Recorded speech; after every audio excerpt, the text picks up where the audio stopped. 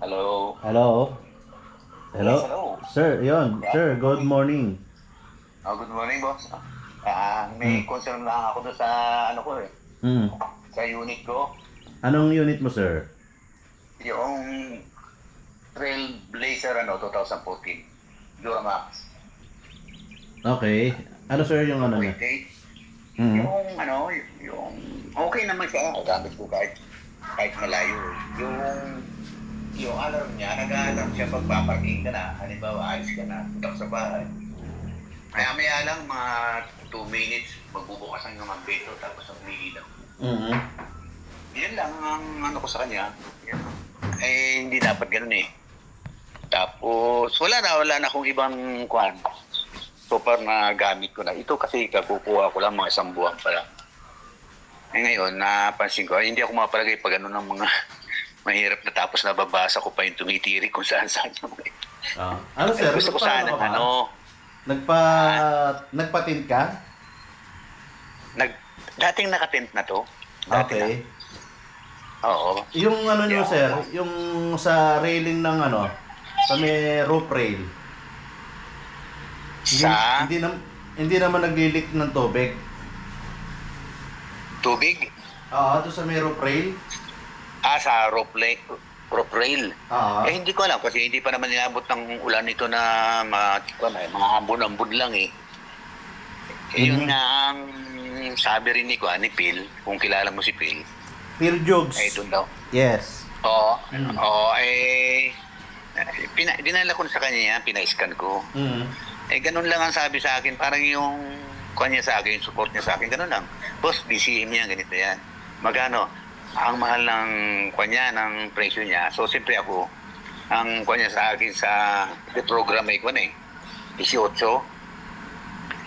Tapos, yun nga. So, siyempre, maghahanap ako ng second opinion about ng problema. So, tapos, kinakausap ko niya, Phil, ipaki-send mo nga sa akin quotation mo para mapahinalan kung magkano kong pera para maayos na to. Oo. Ang hirap, hindi naman nagre-reply, parang hindi siya interesado. Ewan ko ba? So, yun, sabi niya, itong dinadaanan sir ng tubig niya, pag nilagyan ko ng nilagyan ko agad ng gasket yon kung sakasakali yung black rubber na Common issue yan ng Trailblazer sa Colorado eh. Doon pala nadaan yun, Oo, nasa gilid kasi yan sa may kaliwang bandang paa. Oo. Ngayon, kung may ka ba, kaya mo bang ito, ayusin o ng nyo? Ganito, sir, para Mhm. para mababaan natin. Actually, hindi naman siya 100% na accurate, no? Pero tatry lang natin. Ito naman, no fix, no pay. No fix, no pay. Yes, Kung pwede papasok natin tayo sa ganyan, by ano cloning gagawin natin lang. doon? Eco-clone. Okay. Yes. Bibili ng BCM. BCM. Bago. Yes, tapos Tapos, eco-cloning. Kung obra, pero pagka hindi kasi kaya, hindi naman yan ipoproceed. Mahirap Pag kasi hindi kaya. yan, kasi pagka yan, once na nagalaw na yung program, hindi mo na pwedeng i-reprogram ulit. So, okay. gano'n ang gagawin natin. Kung pwede pa siyang i-clone, Tapos, papadala mo sir yung yung BCM. Tapos isasalang natin, iba-backup natin yung file kasama yung yun. kasama yung computer box. Kasama ang computer box? Yes, so kailangan sir yan eh. Computer box saka yung BCM. Then isasalang natin. Kung obra sa cloning, much better, mas mababa ang singilan. Kasi per chassis number ngayon ang ang program sa GM, kaya medyo mataas talaga. Per chassis number ano naman yun sir, yung 18,000 na sinisingil sa ni Phil, ano naman yan, talagang makatarungan naman. Yan talaga singilan. Yung ganon, yung reprogram. Yes, oo. Hindi siya reprogram, sir, ha? Hindi siya i-reprogram. Ano yan? Kasi pag sinabing reprogram, yung luma mo pa rin ang gagamitin. Which is hindi... Hindi. Kasi pag tinanggal yata yun ay lalagyan nga, sira nga eh. Di yung ipapalit mo, lalagyan mo nung galing doon. Oh, Diba? ano yun, programming na sir ang mangyayari dyan. Programming. Bago. Pagka bumili Kagaya ka nga ng nung bagong BCM, ipo-program. Oo. Yung programming. Ay, sinabi rin naman sa akin ni Phil Mm. na ganoon na kasi siya nagbabayad siya ng ng doon sa online, di ba? Yes. Yung subscription niya.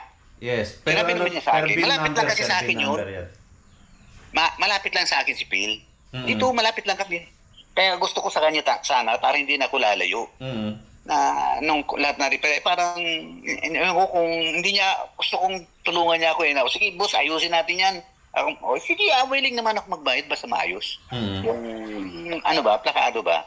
Yes. Kaya ako'y naghahanap ng iba. So nag-ikot na ako kaya ako'y nagtanong sa iyo dahil may nag-recommend din sa inyo. Mm. So yung ilang araw naman titirahin niyo yung cloning kung makakamura ako doon at magkano.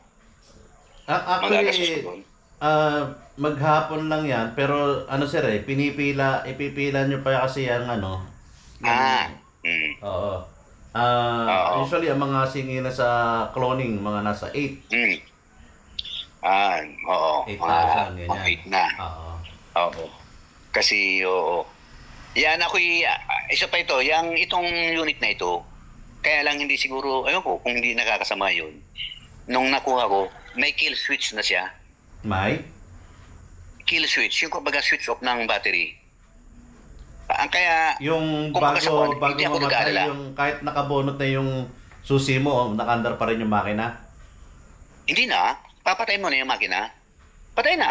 Ano ka na matutulog ka na. Halimbawa, kauwi mo na, pagod ka. Kill switch. Pag-off mo ng makina, okay. tapos na Kill switch ng sasara mo. May power. May power na papunta sa supply ng mga unit, mga module. Halimbawa, yun ang napapakasay ko, ba't kaya nilagyan ito? Nabili mo yan, sir, ganyan na? Oo, ganito na. Okay. Yung kill switch ba, sir, na yan, yun yung switch lang? Switch lang ito, pang-kuryente, pang-bahay nga itong nakalagay Yung plug na ano yan, sir? Parang sa Meralco. Nabili mo yan, ganyan na issue niyan. Ganito siguro. Kaya kami nagtataka. Sabi ko, tanggalin mo nga yan to. Dahil ko sa mekaniko, tanggalin mo nga yan. At kasi nung kailan, in-start ko, namatayan ako. So, ako naman may idea sa mga ganito. Sabi ko, puta, ba't kaya namatay to? Tapos biglang umistat ulit.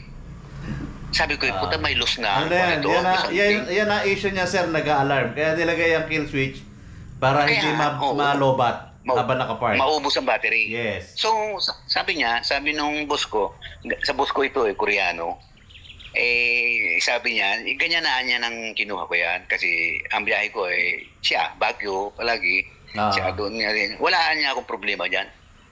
Tiwala naman ako doon Alam ko naman. Hindi, pag umaandar ka naman, sir, hindi naman mag-a-alarm yan hindi, wala. Wala. Pagka nakapark ka lang talaga. Yung susi. Pag nagpark ka lang talaga. Pag nagpark lang. So yun yun ba walang problema naman kung naka-close lang? Yan yung ano niyan yan yung purpose ng kill switch na yan Pag nagpark kaya ka. Nga, yun ang napansin ko. Pinaayos ko pinaayos na. Sabi ko ayos naman nawala pati yung yung check engine. O i-start namin, ganun Tapos after siguro mga 10 o 15 minutes, nag-alarm, bumalik na naman. Yung pala yun. Yun, kaya pala ako nilagyan ito ng switch. Kumbaga band-aid solution lang yan ibig ko sabihin hindi ba nakakasira yun ng mga module dyan? O pag ganon? Hindi naman, sir. Yun nga lang. Hindi naman. Wala na siyang kumbaga, kahit mo siya, i-alarm mo,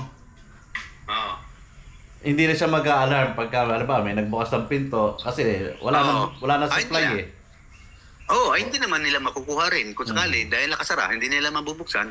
Pero yan, hindi naman nakaka-apekto yan sa kill switch na yan. Hindi nga lang sa pagpaano ng power. Okay naman pala. Ibig ko sabihin, baka yung on and off ay nawawala ang memory sa Hindi naman, sir. Ano Hindi na naman, yan? ano? Talagang Oh. nilagay yan dahil yan na-issue niyan before. Yan PCM. Oh. Nilagay yan para lang hindi talaga malobat yung sasakyan habang Okay. nakapark. So, siguro ay mapanatag na ang loob ko doon at ang paayos ko na lang sa iyo itong mga AGR cleaning ko at saka turbo cleaning. Yes, sir. Ha? Yun ang gusto ko malaman eh. Yeah, kasi may kausap din ako nito na isa pa na magkuklon nga sa Pangasinan naman. Pangasinan. Kasi baka kilala mo rin yun. Talagang sabi niya sa akin, 100% yan sir, walang bumabalik sa akin. Na kaya lang doon sa Pangasinan siya, malayo dito sa norte. Ang sabi ko dadalhin ko na lang diyan o sir, pwede mo rin namang patanggal. Padadalan kita na magtatanggal tapos padala mo rito. I-send mo o sa i-program ko rito. Madali lang po yan.